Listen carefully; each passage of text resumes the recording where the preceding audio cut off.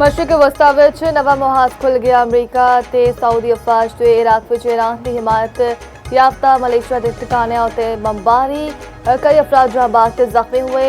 हमले बसरा वस्त करबला ते नैनवा विच किए गए। अमरीका ते सऊदी हुकाम ने तस्दीक आखिया कार्रवाई सऊदी तेल तनसीबात ते ड्रोन हमले के जवाब विच की गई। अमरीकी सेंट्रल कमांड के मुताबिक मशरक़ इराक विच मलेशिया के कई लॉजिस्टिक ते असलहा ज़खायर निशाना बनाया। मुश्तरका फिजाई हमलिया विच 8 अरकान जहां बाग ते 4 जख्मी हुए।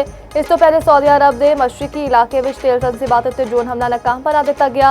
ईरानी मीडिया के मुताबिक सऊदी अरब उत्ते हमलिया नाल ईरान का कोई ताल्लुक नहीं। दूजे पासे यमन विच हौसी तंजीम अंसारुल्लाह दा सऊदी ऑयल टैंकर नूं निशाना बनाने का दावा। सूबे सदा विच जासूस ड्रोन तबाह करने का भी दावा।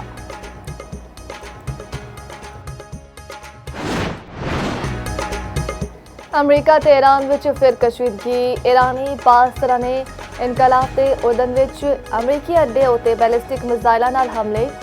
हमला हुर्मस विच वार्निंग नूं नजरअंदाज करन उत्ते 3 ऑयल टैंकर्स नूं निशाना बना के रोक दिता। अमरीकी फौज दा उर्दन उत्ते दाखिली मिसाइल तबाह करन दा दावा।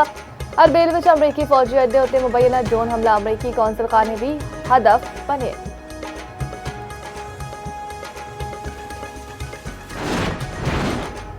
अमरीकी सदर ट्रंप नाल इसराइली वज़ीर-ए-आज़म नेतन्याहू की व्हाइट हाउस विच मुलाकात। अमरीकी नायब सदर जेडी वेंस भी मुलाकात विच मौजूद सन। मुलाकात तो पहले मीडिया नाल गलबात विच सदर ट्रंप ने आखिया नेतन्याहू मैनू ईरान जंग विच फसाए रखना चाहता है, इसलिए इसराइली वज़ीर-ए-आज़म ईरानी ऐसी मालूमात देना चाहता है। सानू नेतन्याहू की मालूमात की जरूरत नहीं। अमरीका ईरान के जौहरी मकामात को तबाह कर चुकिया। मुआहदा नहीं होना ते कोहे कुलांग नूं भी आसानी नाल तबाह कर देवांगे। ईरान नूं मुआहदियां दी खिलाफ वर्जी की इजाजत नहीं दे सकते। पूरे ईरान नूं तबाह करन तो बेहतर है मुआहदा तय पा जाए।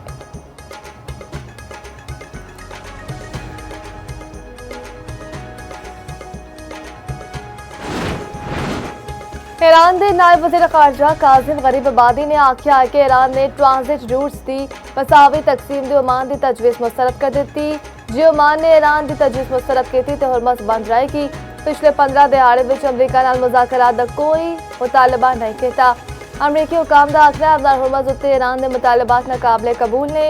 ईरान नाल मुआहदा सिर्फ राबताकारी तो मुतालिक है, मुआहदे विच किसी किस्म का टूर या फेल शामिल नहीं।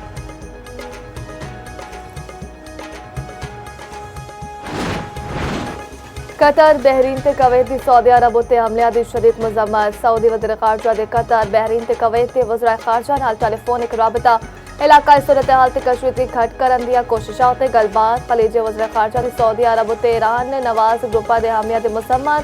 समुद्री गुजरगाहां विच फ्रीडम ऑफ नेविगेशन दे तहफ़्फ़ुज़ उत्ते जोर। आलमी मंडी विच पाम तेल की कीमतां विच इजाफा। ब्रेंट ऑयल तकरीबन $88 फी बैरल तक अपड़ गया। WTI दे $83.07 विच सौदे। पाकिस्तान विच आज फिर पेट्रोल ₹1 63 पैसे फी लीटर महंगा। कीमत ₹335.81 फी लीटर मुकर। डीजल की कीमत में ₹1.55 का इजाफा। कीमत ₹388.38 फी लीटर हो गई। 29 जुलाई लाई कीमत का नोटिफिकेशन जारी।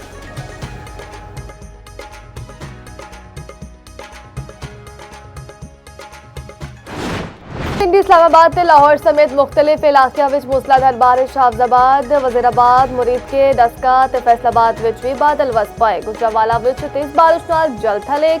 सड़कों ते गलियां विच पानी जमा। अंडरपास पानी नाल भर गए। सियालकोट विच 2 घंटे की बारिश नाल मुख्तलिफ इलाके डुब गए। आजाद कश्मीर के इलाके डडियाल ते गिरदोनवा विच तूफानी बारिश। सड़कों उत्ते पानी जमा। ट्रैफिक की रवानी मुतासर। मुल्क के मुख्तलिफ हिस्सों में अज तो होर मानसून बारिशों की पेशगोई। बोहरा अरब ते खलीज बंगाल तो मानसून हवावां मुल्क विच दाखिल होन गिया। 31 जुलाई तो 2 अगस्त तक सिंध के मुख्तलिफ जिलों में बारिशां मुतवक्किल हैं।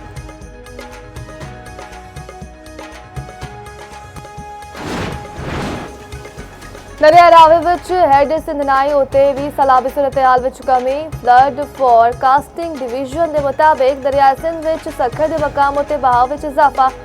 बहाव वध के 2,78,000 क्यूसिक हो गया। कालाबाग तोंसा ते गुड्डू बैराज उत्ते नीवे दर्जे का सैलाब बरकरार। दूजे पासे नाला देखते भेड़ दे बंड टुटन नाल फिरोज आला ते शेखुपुरा विच सैलाबी सूरत हाल बरकरार।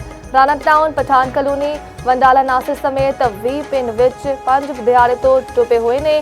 कई इलाकों में 4 तो 5 फुट पानी शहरी फस गए। फरोजवाला में एक और नौजवान सैलाबी पानी में डुब के जहां भाग। वज़ीर आज़म शहबाज शरीफ नाल chairman youth program Rana Mashhood की मुलाकात। राना मशहूद ने यूथ प्रोग्राम मनसूबे उत्ते पेशरफ्त तो आगाह किया। वज़ीर आज़म ने आख्या नौजवानों की तालीम ते पेशा वाराना तरबियत हुकूमत की तरजीह है। नौजवानों को AI ते डिजिटल महारतां तो आरास्ता करना जरूरी है। हुनरमंद अफराद की कुवत मईशत ते सनत विच कलीदी हैसियत रखती है। तालीम याफ्ता ते हुनरमंद नौजवान कौम के मुस्तकबिल के ज़ामिन ने।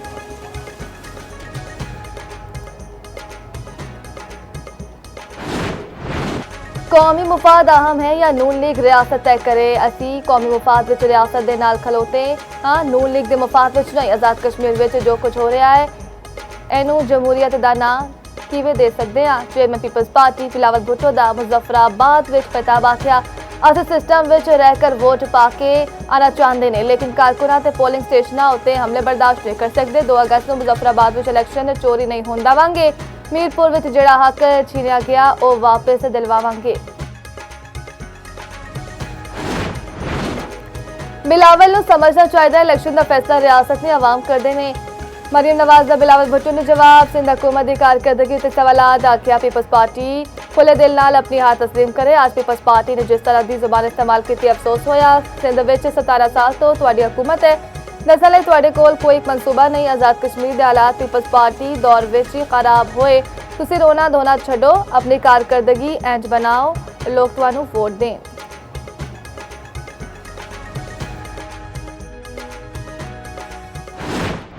के इंतखाब में इस हद तक धांधली की गई, इस तरह से जो किरदार था इलेक्शन कमीशन का वो खुलकर सामने आया। इतना दीदा दलेरी के साथ ये डकैती दिन दिहाड़े की गई, इसकी मिसाल हमारी सियासी तारीख में आज तक नहीं मिलती। चढ़ोई वाली सीट जो थी वो हमारी देही आबादियों पर मुश्तमिल थी, दूर दराज थी। उस पर इतनी दीदा दलेरी के साथ 30 पोलिंग स्टेशन को यरगमाल बना लिया गया। मीरपुर डिवीजन इंतखाबात विच धांधली की गई। नून लीग की सहूलतकारी भी की गई। इलैक्शन कमीशन एजेंट के तौर उत्ते काम कर रहा है। इलैक्शन कमीशन का किरदार CCD वाला सी। पीपल्स पार्टी वस्ती पंजाब के जनरल सैकटरी हसन मुर्तजा की प्रेस कॉन्फ्रेंस आख्या पोलिंग आले दिन साढ़े कारकुन नूं शहीद किया गया।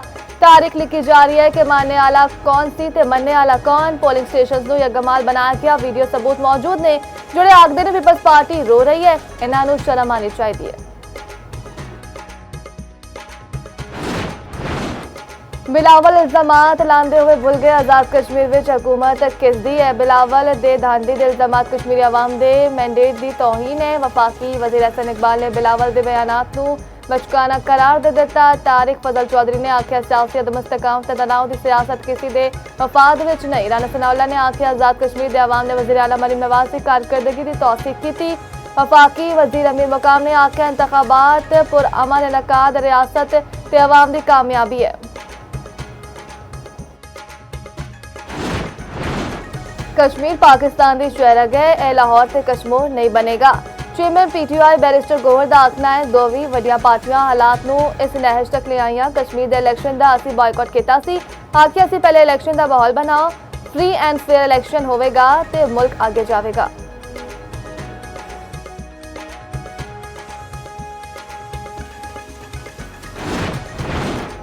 मुसल्ह जथे नूं कश्मीर की तरक्की काबिल कबूल नहीं। वज़ीर तलात ताउला ताड़ रखते नहीं। आज़ाद कश्मीर इलैक्शन का पुरअमन होना कलदम एक्शन कमेटी नूं हाज़म नहीं होया। वज़ीर मुमलिकत दाखिला तलाल चौधरी बोले कलदम तंजीम की तहरीक हकूक देन दी नहीं हकूक छीन लई है। शरपसंदा ने रावलाकोट विच रियासती रिट नूं चैलेंज करने की कोशिश की। सैकटरी तलात आज़ाद कश्मीर राशिद हनीफ ने न्यूज़ कॉन्फ्रेंस में आख्या इंतखाबात के कामयाब इनकाद नाल कलदम कमेटी के अज़ाइम नाकाम हुए। शरपसंद अनासिर मुसल्ह दहशतगर्द बन चुके हैं।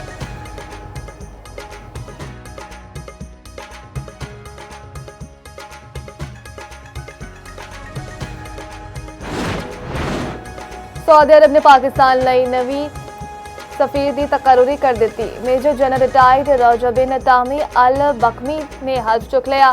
नवे सफीर ने सऊदी वली अहद शहजादा मोहम्मद बिन सलमान के सामने हल्फ लिया। तकरीब में सऊदी वज़ीर ख़ारिजा शहजादा फैसल बिन फरहान भी मौजूद सन। नवे सऊदी सफीर जेती पाकिस्तान में अपनी जिम्मेदारियां संभालेंगे।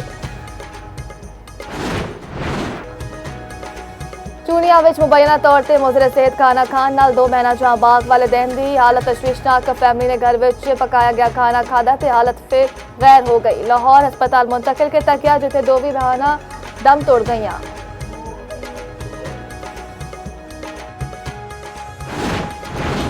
Attorney general of Pakistan Mansoor Usman Awan के घर लाहौर पुलिस का छापा। SHO समेत 11 एहलकार के खिलाफ मुकदमा दर्ज। पुलिस के मुताबिक पुलिस नूं 7 आले घर की इंफॉर्मेशन सी गलती नाल अटॉर्नी जनरल के घर चले गए। FIR के मुताबिक पुलिस ने छापामार के इख्तियारात तो तजावुज़ किया।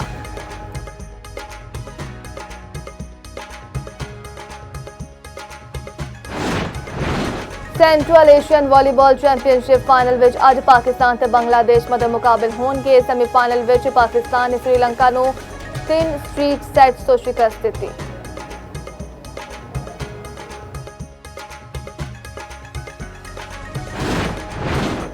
कॉमनवेल्थ गेम्स विच पाकिस्तान का पहला मेडल यकीनी। Boxer Fatima Zahra 60 kilogram category के सेमीफाइनल विच अपड़ गई। फातिमा ज़हरा ने न्यूजीलैंड की जॉर्डन विल्सन नूं शिकस्त दी।